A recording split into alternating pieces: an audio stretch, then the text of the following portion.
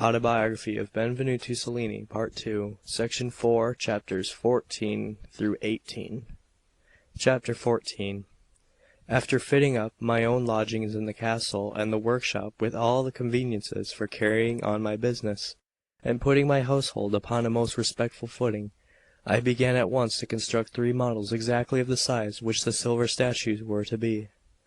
There were Jupiter, Vulcan, and Mars.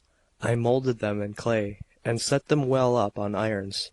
Then I went to the king, who disturbed 300 pounds weight of silver, if I remember rightly, for the commencement of the undertaking. While I was getting these things ready, we bought the little vase and oval basin to completion, which had been several months in hand.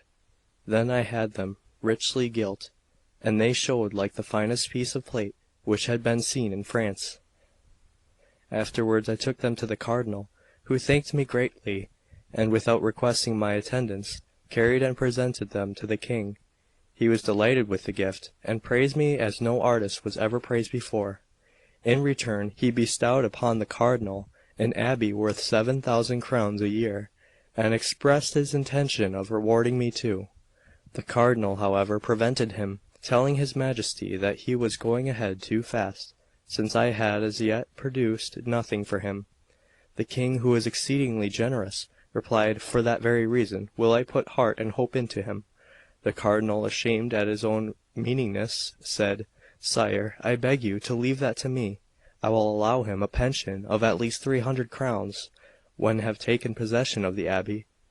He never gave me anything, and it would be tedious to relate all the knavish tricks of this prelate. I prefer to dwell on matters of greater moment. Chapter 15. When I returned to Paris, the great favor shown to me by the king made me a mark for all men's admiration.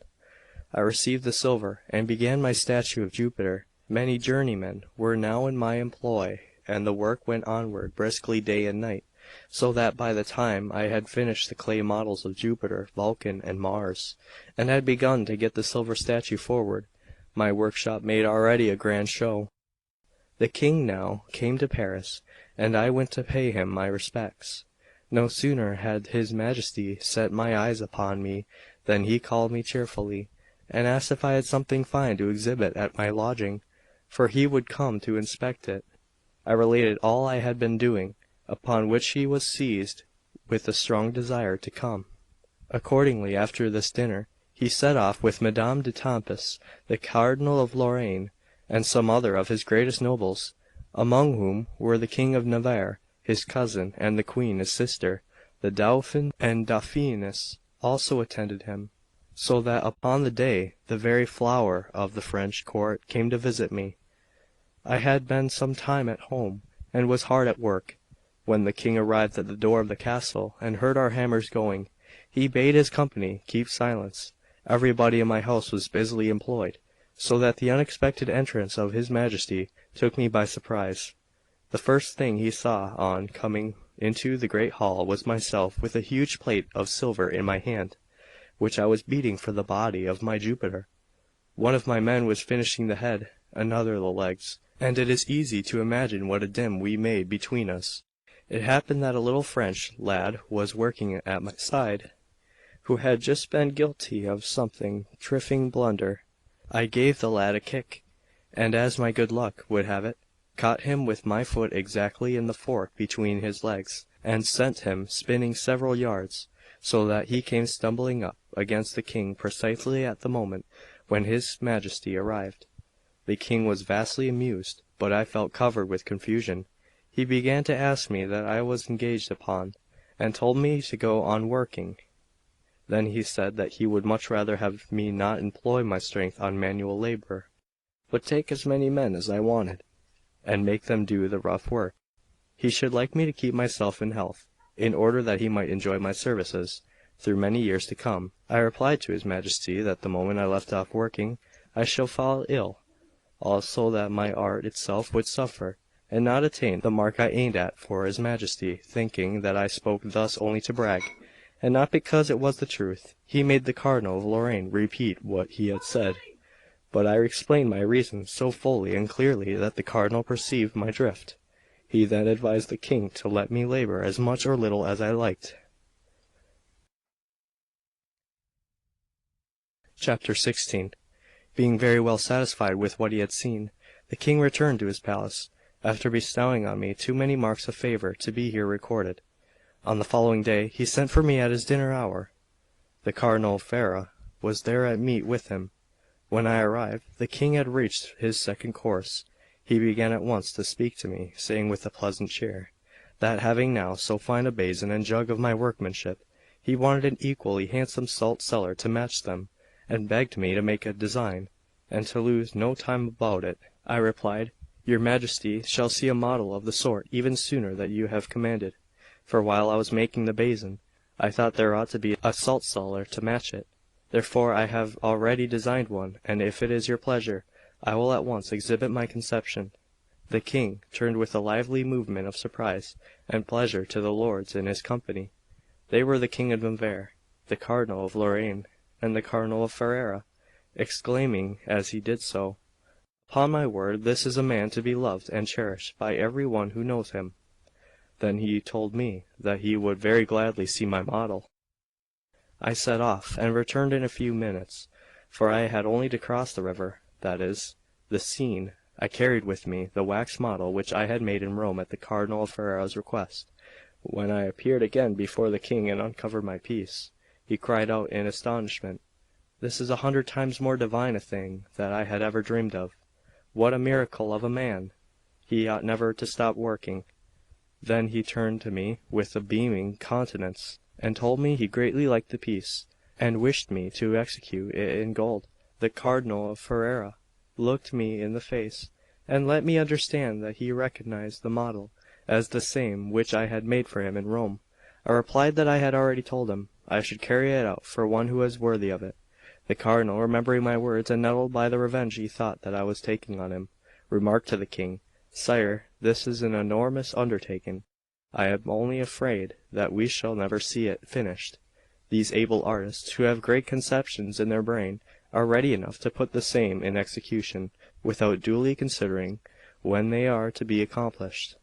I, therefore, if I gave commission for things of such magnitude, should like to know when I was likely to get them." The king replied that if a man was so scrupulous about the termination of a work, he would never begin anything at all. These words be uttered with a certain look, which implied that such enterprises were not for folk of little spirit. I began to say my say. "Princes who put heart and courage in their servants, as your Majesty does by deed and word, render undertakings of the greatest magnitude quite easy.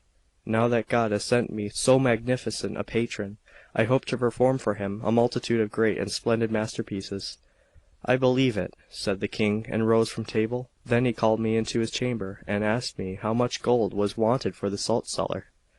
1,000 crowns, I answered. He called his treasurer at once, who was the Viscount of Orbec, and ordered him that very day to disburse me 1,000 crowns of good weight in old gold. When I left his Majesty, I went for the 2 notaries who had helped me in procuring silver for the Jupiter, and many other things. Crossing the Siena, I then took a small hand-basket, which one of my cousins, a nun, had given me on my journey through Florence. It made for my good fortune that I took this basket, and not a bag. So then, thinking I could do the business by daylight, for it was still early, and not caring to interrupt my workmen, and being indisposed to take a servant with me, I set off alone. When I reached the house of the treasurer, I found that he had the money laid out before him, and was selecting the best pieces as the king has ordered. It seemed to me, however, that the thief of a treasurer was doing all he could to postpone the payment of the money, nor were the pieces counted out until 3 hours after nightfall. I meanwhile was not wanting in despatch, for I sent word to several of my journeymen that they should come and attend me, since the matter was one of serious importance. When I found that they did not arrive, I asked the messenger if he had done my errand. The rascal of a groom whom I sent replied that he had done so, but that they answered that they could not come. He, however, would gladly carry the money for me. I answered that I meant to carry the money myself. But this time the contract was drawn up and signed. On the money being counted, I put it all into my little basket, and then thrust my arm through the two handles. Since I did this, and some difficulty, the gold was well shut in, and I carried it more conveniently than if the vehicle had been a bag. I was well armed with shirt and sleeves of mail, and having my sword and dagger at my side, made off along the street as quick as my 2 legs would carry me. Chapter 17. Just as I left the house, I observed some servants whispering among themselves, who also went off at a round pace in another direction from the one I took. Walking with all haste, I passed the bridge of the Exchange, and went up along a wall beside the river, which led to my lodging in the castle. I had come to the Augustines. Now this was a very perilous passage, and though it was only 500 paces distant from my dwelling, yet the lodging in the castle being quite as far removed inside, no one could have heard my voice if I had shouted, when I saw 4 men with 4 swords in their hands advancing to attack me. My resolution was taken in an instant. I covered the basket with my cape, drew my sword, and seeing that they were pushing hotly forward, cried aloud, "With soldiers there is only the cape and sword to gain, and these, before I give them up, I hope you'll get not much to your advantage." Then crossing my sword boldly with them, I more than once spread out my arms, in order that, if the ruffians were to put on by the servants, who had seen me to take my money, they might be led to judge I was not carrying it. The encounter was soon over, for they retired step by step, carrying along themselves in their own language, "This is a brave Italian, and certainly not the man we are after, or if he be the man, he cannot be carrying anything." I spoke Italian, and kept harrying them with thrust and slash so hotly that I narrowly missed killing one of the other. My skill in using the sword made them think I was a soldier, rather than a fellow of some other calling.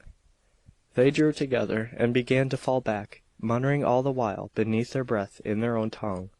I meanwhile continued always calling out, but not too loudly, that those who wanted my cape and blade would have to get them with some trouble. Then I quickened pace, while they still followed slowly at my heels. This augmented my fear, for I thought I might be falling into an ambuscade, which would have cut me off in front as well as rear. Accordingly, when I was at the distance of 100 paces from my home, I ran with all my might, and shouted at the top of my voice, "2 arms, 2 arms, out with you! Out with you! I am being murdered!" In a moment 4 of my young men came running, with 4 pikes in their hands. They wanted to pursue the ruffians, who could still be seen, but I stopped them, calling back, so as to let the villains hear, "Those cowards yonder, 4 against 1 man alone, had not pluck enough to capture 1,000 golden crowns in metal, which have almost broken this arm of mine. Let us haste inside and put the money away. Then I will take my big 2-handed sword, and go with you whithersoever you like." We went inside to secure the gold, and my lads, while expressing the deep concern for the peril I had run, gently chided me, and said, "You risk yourself too much alone. The time will come when you will make us all bemoan your loss." 1,000 words and exclamations were exchanged between us. My adversaries took to flight, and we all sat down and supped together with mirth and gladness, laughing over to those great blows which fortune strikes, for good as well as evil, and which, what time they do not hit the mark, are just the same as though they had not happened. It is very true that one says to oneself, "You will have had a lesson for the next time," but that is not the case, for fortune always comes upon us in new ways, quite unforeseen by our imagination. Chapter 18. On the morning which followed these events, I made the first step in my work upon the great salt cellar, pressing this and my other pieces forward with incessant industry. My workplace at this time, who were pretty numerous, included both sculptors and goldsmiths. They belonged to several nations, Italian, French, and German, for I took the best I could find, and changed them, often retaining only those who knew their business well. These select craftsmen I worked to the bone with perpetual labor. They wanted to rival me, but I had a better constitution. Consequently, in their inability to bear up against such a continuous strain, they looked to eating and drinking copiously.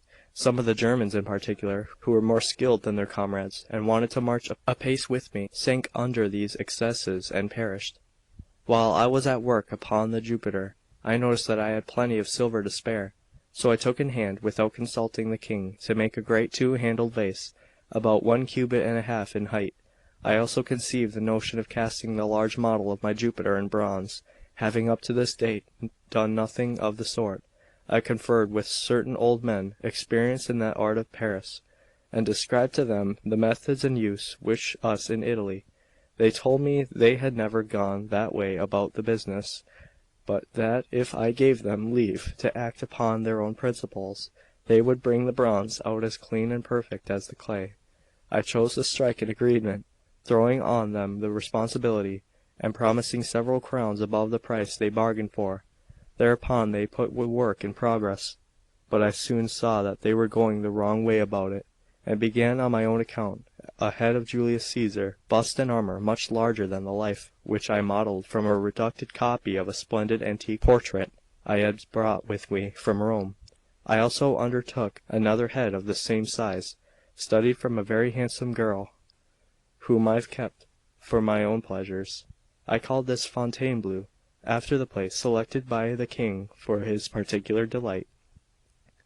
We constructed an admirable little furnace for the casting of the bronze, got all things ready, and baked our moulds, those French masters undertaking the Jupiter, while I looked after my 2 heads. Then I said, I do not think you will succeed with your Jupiter, because you have not provided sufficient vents beneath for the air to circulate. Therefore you are but losing your time and trouble. They replied that, if their work proved a failure, they would pay back the money I had given on account, and regroup me for current expenses, but they bade me give good heed to my own proceedings, for the fine heads I meant to cast in my Italian fashion would never succeed. At this dispute between us there were present the treasurers and other gentlefolk, commissioned by the king to superintend my proceedings. Everything which passed by word or act was duly reported to his Majesty. The 2 old men who had undertaken to cast my Jupiter postponed the experiment, saying they would like to arrange the moulds of my 2 heads. They argued that, according to my method, no success could be expected, and it was a pity to waste such fine models. When the king was informed of this, he sent word that they should give their minds to learning, and not try to teach their master. So then they put their now piece into the furnace with much laughter, while I, maintaining a firm carriage, showing neither mirth nor anger, though I felt it, placed my 2 heads, one on each side of the Jupiter. The metal came, all right, to melting, and we let it in with joy and gladness. It filled the mould of the Jupiter most admirably, and at the same time my 2 heads. This furnished them with matter for rejoicing, and me with satisfaction, for I was not sorry to have predicted wrongly of their work, and they made as though they were delighted to have been mistaken about mine. Then, as the custom in France is, they asked to drink in high good spirits. I was very willing, and ordered a handsome collation for their entertainment. When this was over, they requested me to pay the money due to them and the surplus I had promised. I replied, "You have been laughing over what I fear may make you weep. On reflection, it seems to me that too much metal flowed into your mould. Therefore I shall wait until tomorrow before I disburse more money." The poor fellows swallowed my words and chewed the cud of them. Then they went home without further argument. At daybreak they began quite quietly to break into the pit of the furnace. They could not uncover their large mould until they had extracted my 2 heads. These were in excellent condition, and they placed them where they could be well seen. When they came to Jupiter, had dug but scarcely 2 cubits, they sent up such a yell, they had 4 workmen, that it woke me up. Fancying it was a shout of triumph, I set off running, for my bedroom was at the distance of more than 500 paces. On reaching the spot, I found them looking like the guardians of Christ's sepulchre in a picture, downcast and terrified. Casting a hasty glance upon my 2 heads, and seeing they were all right, I tempered my annoyance with the pleasure that sight gave me. Then they began to make excuses, crying, "Our bad luck!" I retorted, "Your luck has been most excellent, but what has been indeed bad is your deficiency of knowledge. Had I only seen you put the soul into your mould, I could have taught you with the one word how to cast a figure without fault. This would have brought me great honour and you much profit. I shall be able to make good my reputation. but you will now lose both your honor and your profit. Let then this lesson teach you another time to work, and not to poke fun at your masters. Section 4.